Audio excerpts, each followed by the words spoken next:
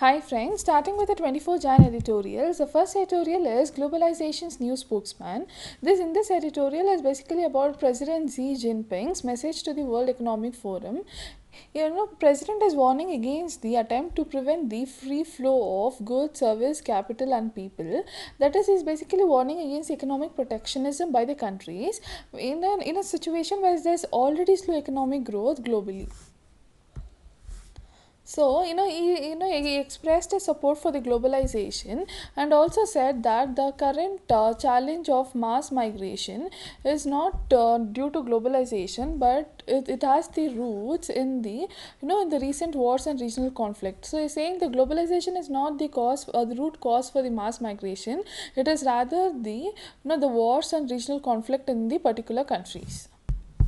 Now, coming to the positive impact of globalization, it were the developing countries that reap the most benefits of the globalization. That is, it benefited from the economic mobility, and also it didn't have much to deal with the difficulties of immigration. So, basically there are more advantages were the developing countries taking the advantage of the economic mobility, and also it didn't have much to deal with the immigration.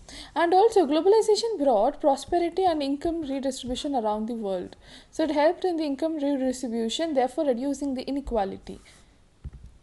So these were the important points from this editorial. Now let's move on to the second editorial.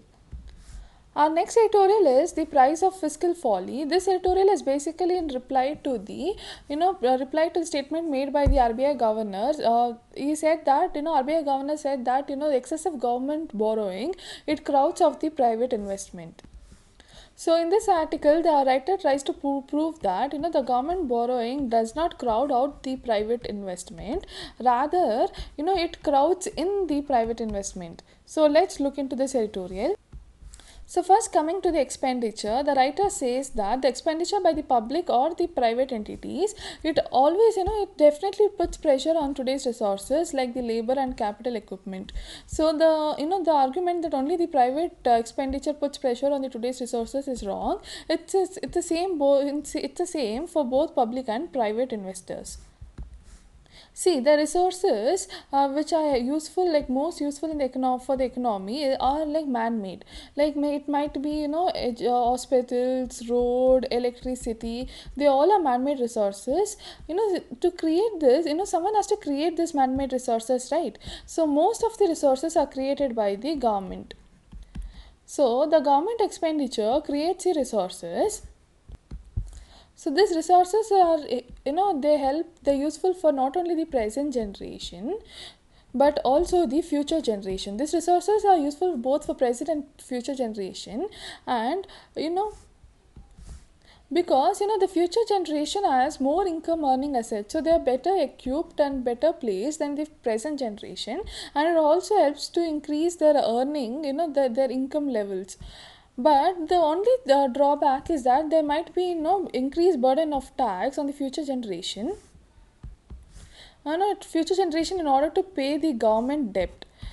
But if the returns from these assets are more than the tax burden, then definitely the future generation are more benefited. So the government expenditure does not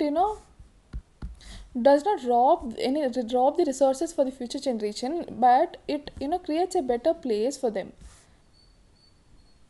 Now, another argument made by the RBI governor that if the excessive government borrowing crowds out the private investors. Let's see the reason for that. When government starts borrowing a lot of money from the market, then there's a possibility of increase in the interest rate. So when there is increase in the interest rate, definitely there's also chances that private investors try to stay out. So therefore, thus leading to the crowding out of private investors. But the rise in the interest rate can be effectively monitored by the effect or controlled by the monetary policy of the RBI. So the monetary policy lies with the RBI, using which it can definitely control the rise in interest rate, as we have seen also, through slashing the SRR, CLR, etc. So same thing was done using quantitative easing in USA. So now, like looking at the other dimension now, when the government borrows, so when there's excessive government borrowing, there definitely there's increasing government spending. So when government borrows, it definitely has to spend, right? So as a result, there'll be increase in the government spending, and the increase in the government spending, it generates a demand among the public. So this helps in creating or increasing the demand among the public. Therefore, it expands the market for the private investors. When there's increase in demand, there is increase in the market expands for the private investors. Therefore, it leads to crowding in of the private investors, not the crowding out. So therefore, the author proves that the excessive government borrowing ultimately leads to the crowding in of the private investors. But for this to happen, we definitely need unemployed resources, which is the already the case in India. So given the unemployed resources, or the lot of resources available, and expanded market, the private investors are the more benefited from the government borrowings. Now, is the writer also speaks about another important point, that is the universal basic income idea. This universal basic income idea has achieved, like it has received support in Western world, and also economist Vijay Joshi in his book India's Long Road also talks about universal basic income. Now let's see what is universal basic income. In universal basic income, every citizen is given an income transfer equivalent to what is needed to raise those who are like poor above the poverty line. So this is nothing but an income transfer, or a certain amount of money is given to every citizen as an income, so that he rises above the poverty line and is no more called or considered as poor. So in order to raise him above the poverty line, certain amount should be given to the poor, and this is called as an universal basic income. Now let's look into the problems in such approach or such idea of the universal basic income. See, universal basic income may be imagined that is, it's based on social democratic imagination, but the welfareism involved here, it implies that it is neither socialist nor democratic. Let's see why. So the method used to calculate the poor in India, it's different from those of the international standards. So the one considered poor in India can be considered as rich according to the international standards. So if you consider the international standards and start giving the basic income or the universal basic income, then there will be a discrimination, even though they all are below the poverty line. So some are like considered to be rich according to the international standards. Therefore it creates a discrimination, and thus discrimination in the income, or again discrimination in the resources made available. And also this idea is odds with Karl Marx's vision of decent society, in which he speaks about each draws from each according to their abilities, to each according to their needs. And see, something is given to a person according to his ability to work and according to his need. So the more needy is should be given more, and the one who deserves more should also be given more. But according to this universal basic income, see, all are considered equal here. So even the one who works hard receives the same amount, and even the one who doesn't work hard also receives the same amount. It's like kind of discrimination, right?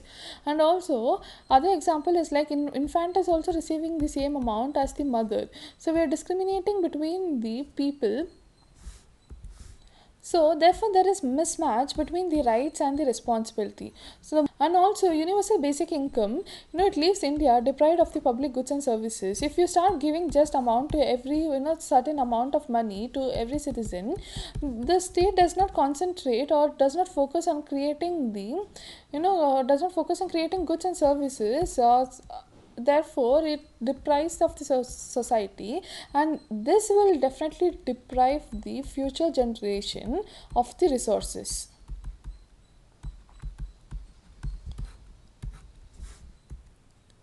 And same logic also applies to the subsidies. So when the subsidy is given to subsidy is given to a household, it definitely first it's that, let's take an example of subsidized ration or kerosene, etc. First, there is a lot of leakages given given unscrupulous elements. So the here again it's not reaching the needy one. And also see, if you consider the ration per household, if one is one person, he receives the same amount of ration as compared to an household which includes 6 members. So again there's a discrimination between the households, or the number of like amount of ration received between the households. And then also in Food Corporation of India, there are like lots of food grains and godans are rotten. So they keep rotting because of the excessive storage before might be because of the excessive storage, or the the early storage. So a lot of food grains are rotten in the Food Corporation of India godowns. This again it's also leading to an wastage. So the resources are not reaching the needy one, right? The one who are much needed, the one who need the most, are deprived of the resources. Therefore what the government should do is that it should focus on the equivalent cash transfer, and the remaining amount should be used for the public investment, like creating the hospitals, electricity, roads, education centers, etc. This such creating such public investment, it definitely has greater impact on the growth. So impact on the growth of the country, and also benefits the future generation. So these are the advantages of the public investment. So therefore, public borrowing is not necessarily bad, but borrowing to distribute for consumption is to be something to be cautious. So like example of universal basic income. So the government borrowing should be should be used to create the long term resources, which not only benefits the present generation but also the future generation, instead of focusing on the immediate consumption. So this was the basic crux of the editorial. Hope I made this simple. Now let's move on to the next editorial. Now, moving on to the next editorial, which is your democratic deficit. This editorial speaks about the Oxfam report, which is Oxfam is a global charity organization. It brought out a report saying that 8 rich people own as much as wealth as half the world's population. So this is speaking about the wealth of the wealth owned by the richest people, and the percentage. The criticism of this Oxfam report is that its method of calculation. So it's calculating the wealth based on the formula of assets minus debt. So they are from the assets owned, the debt the debt is subtracted, and from that the wealth of a person is determined. And this has lead to a lot of criticism, because see, for example, if the Indian farmer who has little debt and little asset can end up more richer than the Wall Street banker who has little assets but a large student loan. So therefore this is not a perfect method to calculate the wealth. Now next part of the editorial speaks about the inequality and how it was dealt in the past and how it is dealt today. So inequality, which has always been a challenge to society. Now the question which has occurred among all the generation is how to fashion a stable government, that is how to bring out a stable government which looks into the inequality problems. First, let's begin with Aristotle. Aristotle, he said that in the democracy which is ruled by the masses, see, poor and the rich, they both have one common thing, that is freedom to vote. So when the poor is given a chance to vote, he makes sure that everybody is equal in all dimensions. So he makes sure that poor and rich are equal in all dimensions. Therefore that leads to confiscation of the wealth. So it leads to the confiscation of the wealth and redistribution. So it is redistributed to all equally. So when poor is given a chance to vote, he he votes to make everybody equal in all dimensions, that is confiscation of wealth and redistribution of it. But whereas in oligarchy, which is ruled by rich, Here there is both poor and rich, they have unlike one unequal dimension, that is wealth. So wealth is more with rich and not much with poor. So this is the unequal dimension between the poor and rich. In oligarchy, which is the rule by the rich, they ought to make everyone unequal in all dimensions. First, there's only inequality in one dimension, that is regarding the wealth. But when the rich is given a chance to vote, they make sure there is inequality not only in one dimension, that is wealth, but inequality in all the dimensions like wealth, resources, rights, etc. So therefore this is dead against the democracy. Therefore, in oligarchy, the rich, they ought to confiscate wealth and accumulate it. So they just want to confiscate the wealth and accumulate it to themselves. So after that, there is like lot there was lot of support to the tiered system of representation, which is also called as a class warfare constitution. It was to, this was to ensure that majority of the population, they have, they play their part in the daily governance. So it was to ensure that all people, or the majority of the population, they have some part in the daily governance. So therefore, in the royal court, there was, there was guilds, communities, caste, class-based representation. So there was representation based on this, like communities, caste, class, etc. So that the majority of the populations were taking part in the decisions, which was based upon the decisions related to the daily governance. And this tier system had the support of the historian Gordon Wood, who said that unless government and society were reconciled, no state could remain secure.